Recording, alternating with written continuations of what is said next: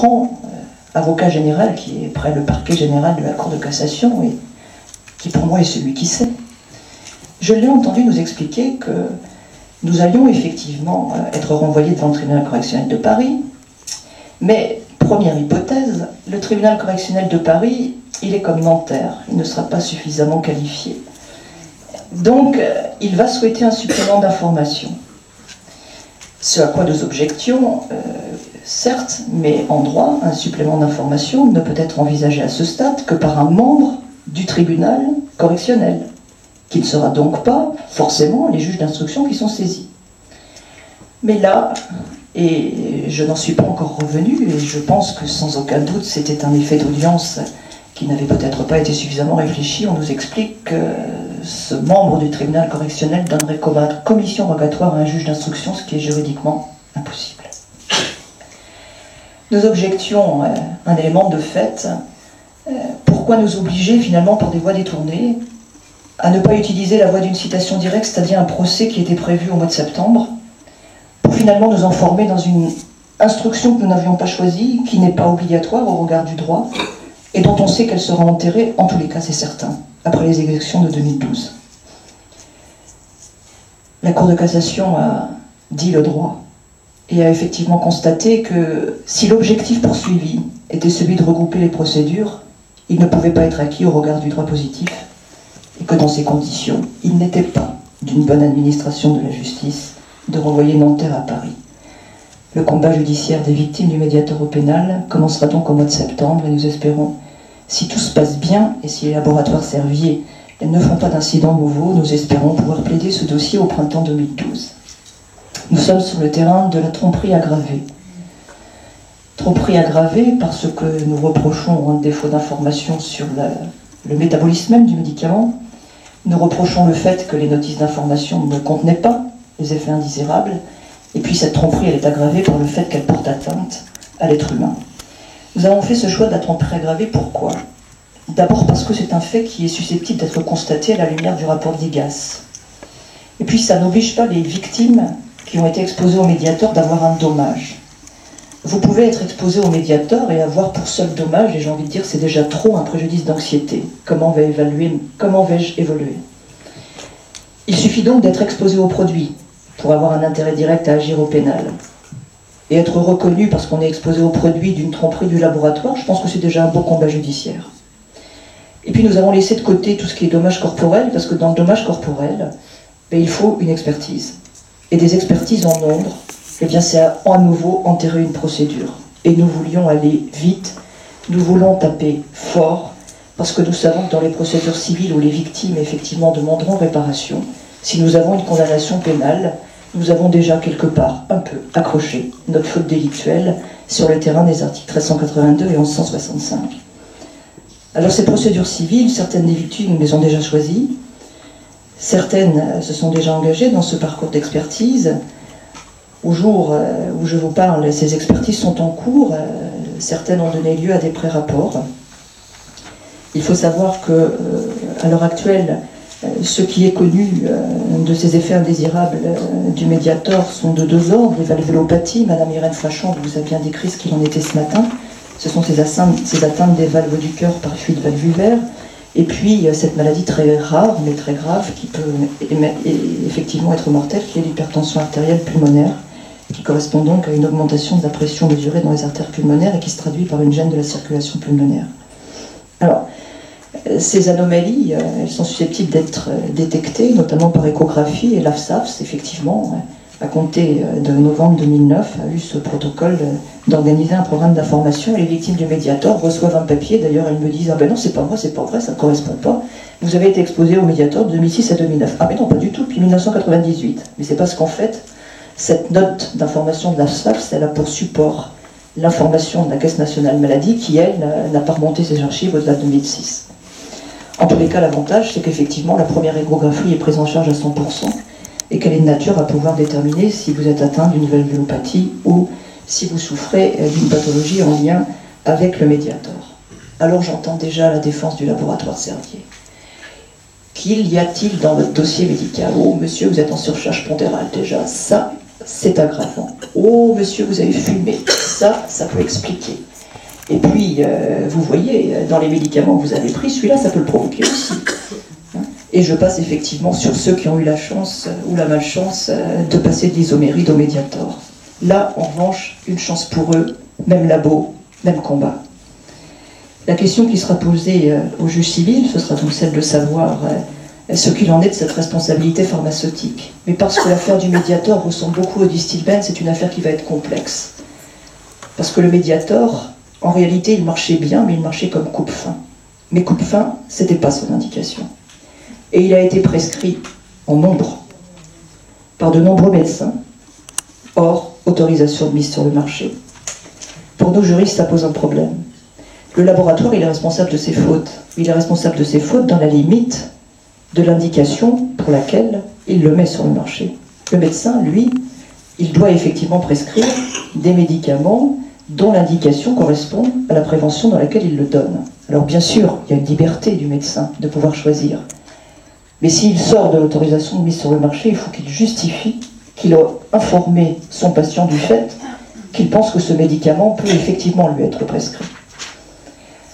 Alors tristement, et pour la première fois, parce que dans l'affaire du Distilbène, nous avions fait le choix de laisser les médecins de côté parce que nous savions que les médecins n'y étaient pour rien. Dans l'affaire du Mediator, il va falloir effectivement, pour être reconnu victime, dans ces dossiers hors autorisation de mise sur le marché, assigner les médecins. Car si on n'assigne que le laboratoire, la procédure est vouée à l'échec. J'ai fait un choix en ce qui me concerne. J'assigne le médecin ou les médecins et le laboratoire. Pour laisser aux médecins l'opportunité de pouvoir dire ce que moi je ne peux pas plaider pour les victimes, c'est-à-dire de pouvoir démontrer qu'en réalité ils ont été influencés par des efforts publicitaires, que je peux même qualifier d'illégal si j'en crois ce que dit Laura Parigas, et que ces efforts publicitaires ils émanent du laboratoire et ont conduit à ce que l'usage hors AMM du médicament apparaisse comme un standard de soins dans la communauté médicale. Ce sera le seul biais qui permettra effectivement aux médecins de se battre contre l'industrie pharmaceutique. Et c'est un combat effectivement que les médecins devront mener pour que ces laboratoires pharmaceutiques plus tard puissent peut-être envisager, s'ils sont cette fois-ci éthiques, un petit peu plus vigilants dans le domaine de la pharmacovigilance, où ils sont quand même tenus, il faut le rappeler, d'une obligation d'information sur les risques et les effets indésirables d'un médicament. Alors toute cette problématique de l'information du laboratoire dans cette notice d'information sur les effets indésirables, elle va être au centre des procès relatifs au Mediator. Elles vont sans aucun doute susciter toute une série d'interrogations dans la communauté médicale. J'entendais M. Xavier Bertrand qui disait contre Alleghem que les médecins seraient protégés. Je voudrais qu'il change la loi pour qu'effectivement nous n'ayons pas à rechercher. Et les médecins qui malheureusement ont prescrit sans aucun doute à la lumière de visiteurs médicaux, mais j'ai même appris que c'était des visiteuses médicales, il faut croire que les femmes sont plus persuasives. Alors reste la grande question, celle du fonds d'indemnisation. Les victimes attendent la création d'un fonds d'indemnisation. Est-ce que c'est un avantage, un inconvénient? Est-ce que c'est quelque chose que les victimes doivent attendre avec intérêt? Ne pensez pas qu'au motif que je sois juriste, je décline le fonds d'indemnisation au motif qu'il est ouvert sans avocat. Mais parce que je suis juriste, je garde le recul, et puis surtout, je suis terriblement attachée aux droits des victimes. Alors je m'interroge effectivement sur cette annonce du ministère de la Santé par la voix de M. Xavier Bertrand de cette création de fonds d'indemnisation. Ça fait 2 fois qu'on nous l'annonce, on est en période préélectorale.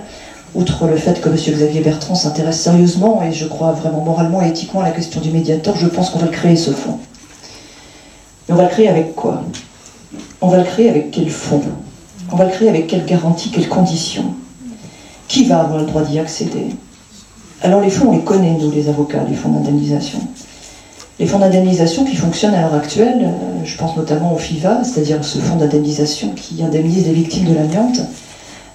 C'est un fonds qui fonctionne dans un cadre administratif barémé, avec des conditions de recevabilité. Il faut avoir une incapacité au-delà d'un certain pourcentage. Et puis, quand les expertises amènent la démonstration des dommages, la réparation, elle est fonction d'un barème qui est extrêmement limité. Alors je vais vous donner 2 exemples. 2 exemples qui sont topiques et qui seront bien plus parlants qu'une démonstration. Dans l'affaire du DES, des fonds d'indemnisation ont été créés. Oh, je vous rassure, pas en France. Aux États-Unis et aux Pays-Bas. FIBA pour une femme d'Es qui a présenté un cancer. L'indemnisation présentée par le fonds d'indemnisation, c'est 129 500 €. En France, pour celles qui se sont battues, et je pense notamment à Catherine qui a laissé sa peau, ce fut 250 000 € à 344 000 €. 3 fois plus. Le FIVA. Il y a très peu de temps, j'avais dans mon bureau une dame dont le mari était décédé à la suite de son exposition à l'amiante. Elle me disait, maître, j'ai fait ma procédure toute seule parce que je ne viens pas chercher des sous. Personne ne remplacera mon mari. Mais j'ai fait la procédure parce que je trouvais que c'était quand même un peu dommage qu'exposé à l'amiante, finalement, il n'ait pas été aidé au moment où il souffrait. C'est à ce moment-là, moi j'aurais eu besoin d'argent. Il ne pouvait plus faire le jardinage. Il ne pouvait plus m'aider. J'ai donc été dans l'obligation de devoir, sur le plan financier, faire des emprunts qu'aujourd'hui je suis obligée de rembourser. J'essaie donc simplement de réparer. Et puis à la mémoire de mon mari. Mais je viens vous voir parce que le fonds propose 8 000 €. Tout de même, ça ne me paraît pas beaucoup. Que vous aviez raison, madame, devant la cour d'appel, vous allez obtenir 189 000 €. Voilà ce qu'est le fonds d'indemnisation et voilà ce qu'est la réparation judiciaire. Alors c'est vrai, un fonds d'indemnisation c'est vendu avec « ça va beaucoup plus vite ». Pour celle dont je vous parle, qui recherchait le FIVA, 5 ans de procédure. C'est vrai, dans le district belge j'ai des records, mais j'arrive quand même à tenir parfois 3-4 ans. Je ne sais pas effectivement si ce critère de la rapidité est un critère qui est vraiment efficient et vraiment opérant. Alors j'en ai terminé sur ce fonds d'indemnisation. Moi je pense que si ce fonds d'indemnisation offre des conditions de réparation qui sont sérieuses, décentes, ce sera effectivement une victoire pour les victimes du Mediator.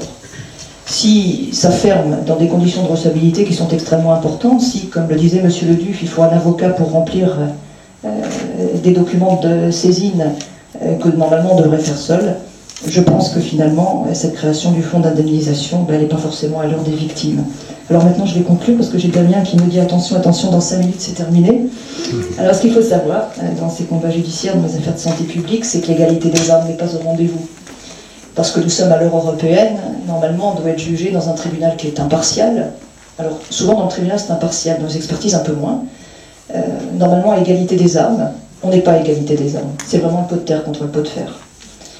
Et la lutte, elle se trouve à 2 niveaux. D'abord, elle se trouve dans les moyens financiers. Vous n'aurez jamais la possibilité, c'est une évidence, d'avoir 2 ou 3 experts à vos côtés. Vous n'aurez pas la chance d'avoir des batteries d'avocats qui se déplacent à 2, à 3, à 4. Vous n'aurez pas la chance d'avoir des études qui sont autofinancées en fonction du cas du dossier. Ça, c'est une évidence. Vous n'aurez pas la chance non plus d'avoir les moyens d'attendre. Le temps, pour le laboratoire, c'est de l'argent. Plus il use la victime, moins la victime va jusqu'au bout. Alors je terminerai sur une leçon qui est optimiste. La première, c'est qu'une des jeunes femmes qui, victime d'un cancer, avait un dossier médical très pauvre, pas d'ordonnance, et qui est allée jusqu'à la Cour de cassation, qui a considéré qu'elle ne pouvait pas dire le droit à partir du moment où les juges du fond n'avaient pas dit le fait. Nous sommes devant la Cour européenne des droits de l'homme et j'espère qu'effectivement son combat va finir à l'eau européenne. Et puis, deuxième lumière d'optimisme, tout à fait récemment, le 12 mai 2011, dans un dossier qui concernait une jeune femme atteinte d'un cancer qui n'avait pas ses documents sources exigés par le laboratoire, la Cour d'appel d'Aix-en-Provence, une fois n'est pas coutume, ma cliente avait saisi Marseille au départ, nous avons obtenu que malgré cette absence de documents sources, on fasse condamner UCB Pharma sur l'attestation d'une mère. Le laboratoire dit quoi, une mère, une attestation, mais ça vaut rien. D'abord, si ça se trouve, elle confond, et puis surtout, elle est partie à la procédure. Non seulement la Cour de cassation n'a pas suivi ce raisonnement, mais pour la première fois, et c'est suffisamment inespéré, c'est suffisamment inhabituel pour le souligner, pour la première fois, le laboratoire UCB Pharma a été condamné à 3 500 € d'amende civile. Voilà.